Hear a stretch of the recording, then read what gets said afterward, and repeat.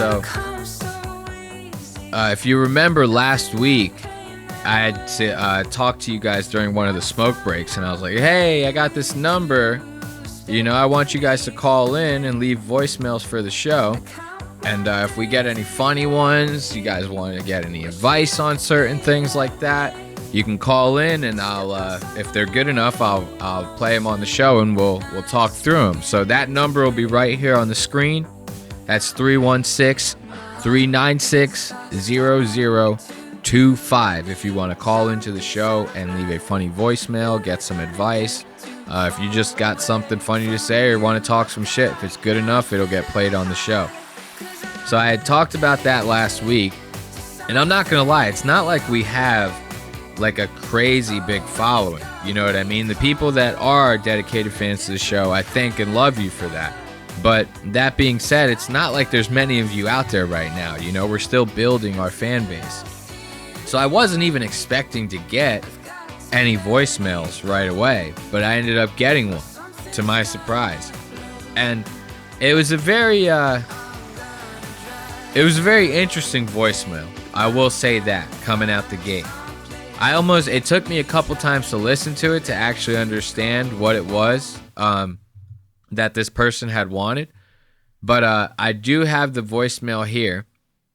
I don't know who it's from. This one's anonymous. If you're going to say something with these voicemails and you don't, you're going to say something crazy or, ask for advice on something that you really don't want to share with the world like that, you can do it anonymously. You don't have to tell me who you are. So this person ended up leaving a voicemail, and I wanted to play it on the show so that we can try to talk it through for this person. Let's give it a listen. It's our first voicemail, listener submission.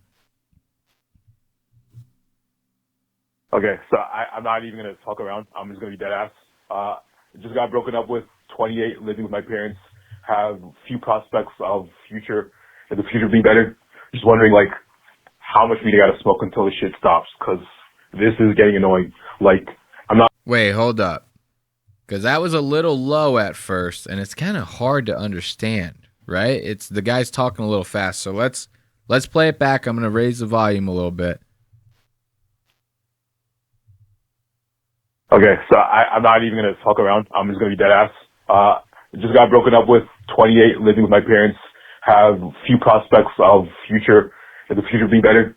Just wondering, how much weed I got to smoke until the shit stops, because this is getting annoying.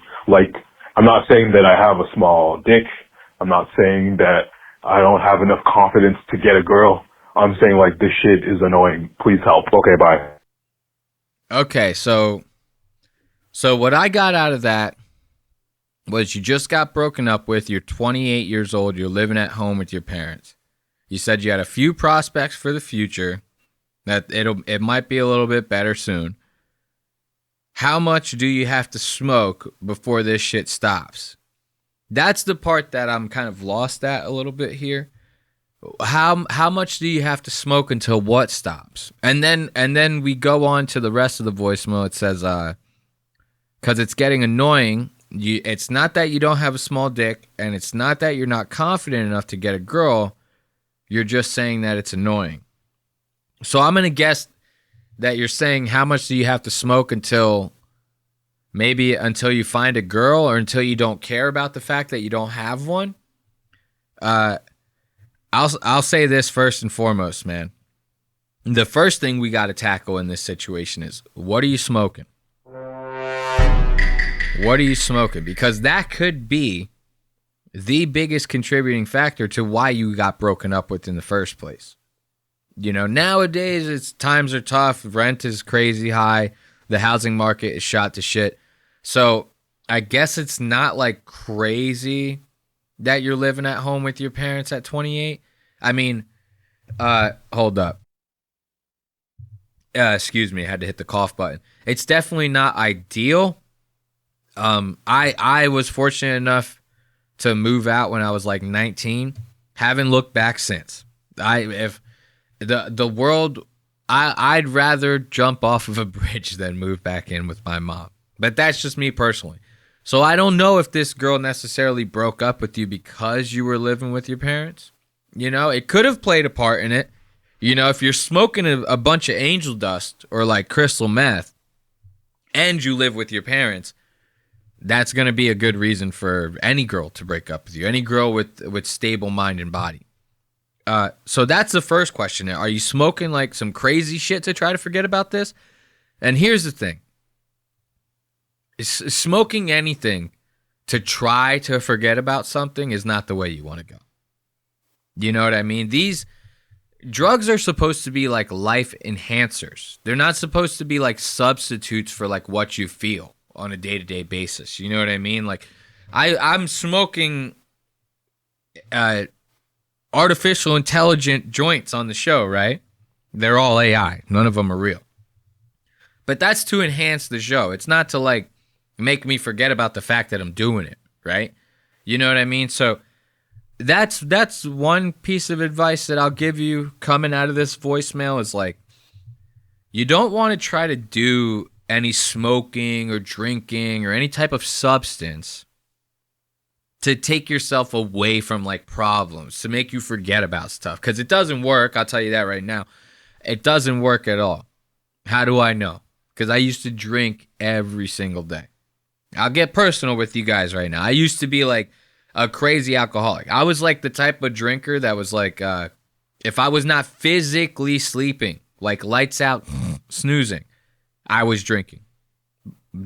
All day, all night, drinking my ass off nonstop. I shook that habit, luckily, and it changed my life for the better in many, many ways. Women department being one of them. You know, nobody wants to really cuddle up at night with someone who smells like booze all the time.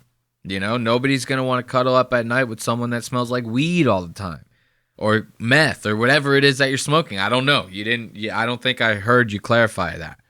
So that's going to be like the first piece of advice that I would give in these types of situations is like, don't try to smoke anything to forget about something that's happening to you. And if I'm hearing you talk about that as like a solution to your breakup problem, you might have been smoking too much during the relationship, and that shit might have been a no-go with her. You know, she might have been like, oh, it's cool that you smoke. I'm 420 friendly, but it's like every fucking second of the day. And there's a caveat to that, right? It's like women, at least in my experience in life, women don't want to feel like they got to take care of you. You know what I mean? That's just the way it is. They don't want to feel like they have to take care of you in any capacity, whether it's the rent being paid, or you know, having your own place, or you being too high to function throughout the day. They don't want to do that. You know how many times I've been in a relationship with a girl? The girl has never made a decision the whole fucking relationship. I have a girl steady that I'm seeing right now. She's never made a decision the whole time that I've been seeing her. I literally, every single time I'm around her, she goes, what do you want to watch? I don't know, you make the decision. What do you want to eat? I don't know, you make the decision. She's never made a decision in her life. Ever. Not once. So it's like, girls don't, and I'm not saying that's every girl. I'm saying typically girls don't want to feel like they have to make the decisions for you. Like they have to walk you through things. Like they have to hold your hand for stuff. So if you're like too high already to function throughout the day, I mean, that's not a good foundation for a relationship, right? And then on top of that, you live with your parents. I mean, let's just be real here. Let's just be real. I'm going to be real. I'm going to feed it to you straight. Like, so you're already 2 strikes on that. You're smoking a lot, whatever the substance may be, and you live at home with your parents. Now, again, that's not crazy to hear. You know, you might live in New York State or New York City for all I know. And it's so expensive to live in New York City. Trust me, a lot of people are living with their parents. If not, they got roommates. Hardly anybody's living by themselves anymore. You know what I mean? Unless they bought a house like back when the shit was sweet, when the housing market was actually good. If you buy a house now, you're buying at the top and you're retarded. But I'm getting past the point here. So there's 2 pieces of advice right there. I would quit the smoking, and I would strive to at least leave my parents' house in some capacity. Because trust me, if you haven't left the nest yet, when you do, it's going to give you like a whole new level of confidence. You're going to like, It's going to change your whole outlook on the world. For one, you're going to have to be responsible for yourself for once. And number two, you're going to finally like feel a different sense of freedom. You even if you lived at home with parents that don't care about you and just let you do whatever the fuck you want, it's still different than living on your own. There's a different sense of pride that comes with it, right? So that's going to help you out in ways that you can't even believe. If you can get out of your parents' house, that's gonna make a huge difference with women. You know, it's gonna make a very big difference. And if you can do it while smoking, I mean, fucking hats off to you, buddy. If you can smoke and live by yourself, I mean, now you're really making waves. I smoke tons of AI joints. I also live by myself. You know, I'm not fucking Rockefeller, but I like to think that I'm doing all right. You know what I mean? And I have that pride that like I worked for all of this shit and it's mine. You know, so that's gonna be one piece of advice I give you. Quit the smoking. If it's hindering your life in any way, drop that shit, bro. You don't need it. Trust me, you'll do better without it. Now, here's where the voicemail gets a little crazy. You're saying that it's getting annoying. You're not saying that you have a small dick or that you're not confident enough to get a girl. I'll tell you right now, my friend, guys who don't have small dicks never talk about not having small dicks. I'm going to tell you that right now. You might have a small dick. I don't know. But you might have a small dick because it's like people that are cool. You know, guys that are cool don't go around saying that they're cool. They just are cool, you know?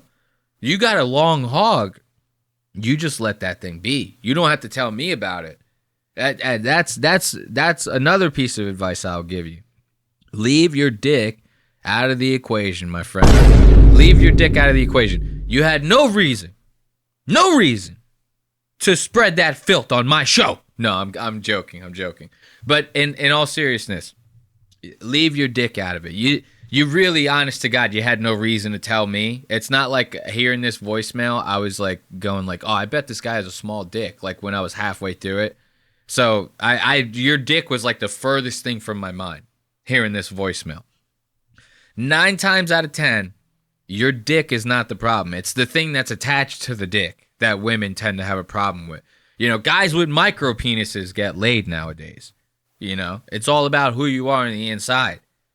You know, you could be rocking a Tic Tac, but if you got a Ferrari and a heart of gold, you're going to get some puss. I mean, you're going to get some puss. So let's be real here.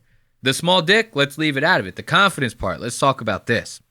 So confidence is a double-edged sword. A lot of people don't realize this. A lot of guys don't realize this. Confidence can be a double-edged sword. I'll tell you why. Because too much of it is a bad thing. Not enough of it is also a bad thing. So you really have to find this like sweet spot, right? And the sweet spot doesn't happen to be in the middle. Every person is different. So every person's sweet spots are going to be different.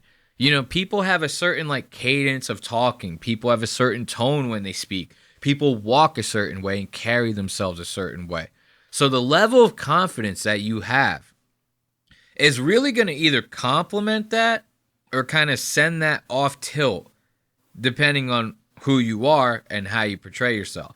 You know, so if you're like a skinny, timid guy, having too much confidence is going to come off as inauthentic. Does that make sense? Like, and I'm not saying that if you're skinny or and timid, you're doomed to live that way the rest of your life. You can be fucking Vern Troy. You could be mini-me and be confident. Midgets are confident. I mean, look at Brad Williams. That guy is in like an open relationship. He's confident. You know what I mean? But he's not, you can't be too confident. When you're too confident, then you start tilting over into the cockiness area, right? And that's when women start to get turned off. Not like turned off sexually, just turned off, period, by who you are, your attitude in general. So those are the pieces of advice I'd give you. One, you got to try to get out of your parents' house. 28 is pushing it, bro. Like, when you turn 30, then you really got to get the fuck out. If you're still there. Now, there are exceptions to that. You know what I mean? Like, if your parents are, like, sick and they're taking, you need to take care of them and stuff like that. Like, obviously, it's like, don't leave them, to be vegetables in their houses by themselves with no one to take care of them. We all get that. As a matter of fact, if that was the situation and you live with them, that might even help you get some more puss. That might help you even more. So unless you're taking care of like sick and dying parents, get the fuck out of the house. Trust me, they're going to be fine without you, and you're going to be way better off without them. Next, let's calm down on the smoking a little bit. Just a smidge, drop that shit. And if it's weed, smoke less of it. And don't smoke with me during the show. I don't smoke to get you guys to smoke. I smoke because I want to smoke during the show. You guys can follow along, but if it's going to fuck your day up, don't do it. You know what I mean? So move out of the parents' house. Let's drop the smoke, no matter what it is. Let's drop the dick talk. Because if you're mentioning it to me, you might be mentioning it to other people too. And trust me, nobody wants to hear about it. You could be in the middle of hooking up with the girl, and she doesn't want to hear you go, I don't have a small dick. You know what I mean? She doesn't want to hear it. You can't be doing that. And trust me, real life is not like porn. If you're having sex with a girl and you're sitting there like trying to say something like erotic, like, you like that big old cock?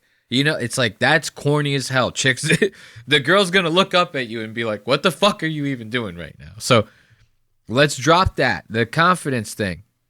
This is probably the part of all of this advice package that I'm dropping off at you that you should take to heart the most. Remember, like I said, confidence is a double-edged sword. So too much of it is going to fuck you up, and too little is going to really fuck you up. So find that sweet spot. It's going to be hard to gauge because you're the one, but you'll start to notice people's reactions to the way you are when you're around them. You're going to be able to tell. If you're anybody with a sense of self-awareness, you'll be able to tell how you come off to people at least a little bit. So try to find that confident sweet spot so that you're not coming off as a cocky lunatic. And maybe you'll end up finding a girl, Whoever it was that ended up leaving this message, I definitely want to thank you for having the guts and the courage to even call into a show like this to leave a message. I definitely want to thank you for, getting a little vulnerable and trying to talk to me about something that you really might be struggling with. And I hope that my advice helps you out at least a little bit, because if none of that advice works, you could always jump off of a bridge. And hold my fart like a bong rip.